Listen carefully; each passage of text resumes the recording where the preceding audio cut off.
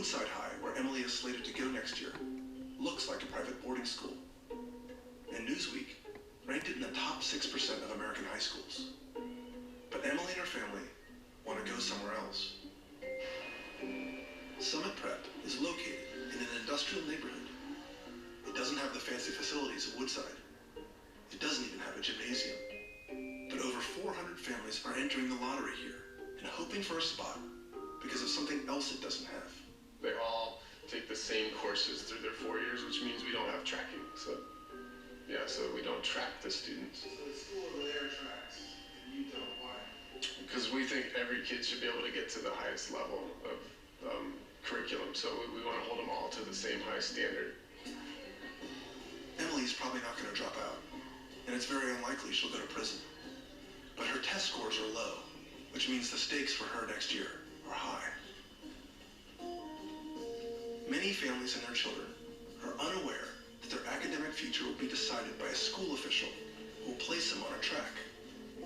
Tracking is often determined by test results, but research shows that students are also tracked by arbitrary or subjective factors like neatness, politeness, and obedience to authority. Lower tracks have lower expectations and often worse teachers, so students placed on lower tracks often find they are running fast but falling behind. As the years progress, it becomes increasingly difficult for those kids to ever catch up. The high-performing kids, they often have special programs where they come through pretty well. A lot of the kids who get hurt are the ones in the middle. 87 years before this. Middle-class schools suffer from the same dysfunction as urban schools. But because they attract more high-performing students, their test scores are inflated. It averages out to a point where it masks the bottom 75% of students in those schools.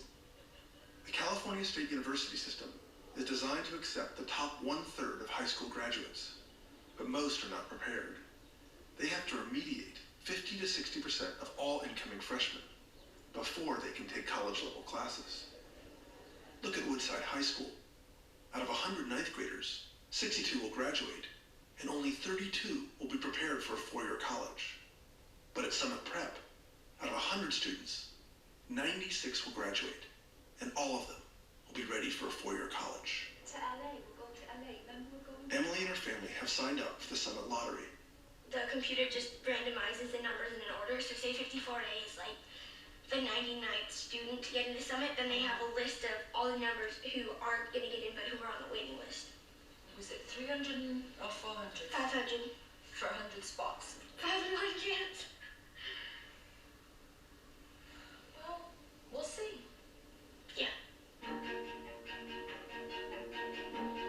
It's not like Woodside High School is so bad.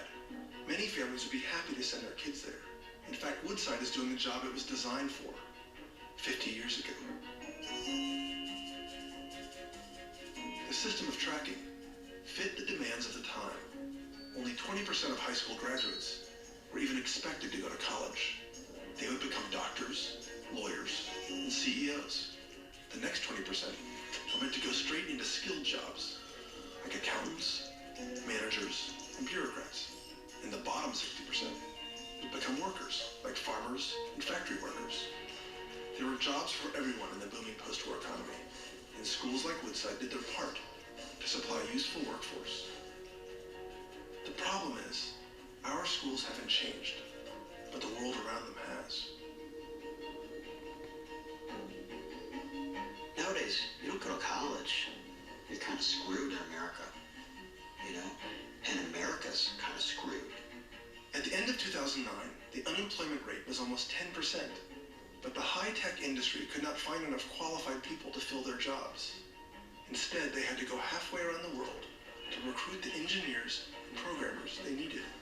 The only really proven thing to make an economy work well is to have a well-educated workforce.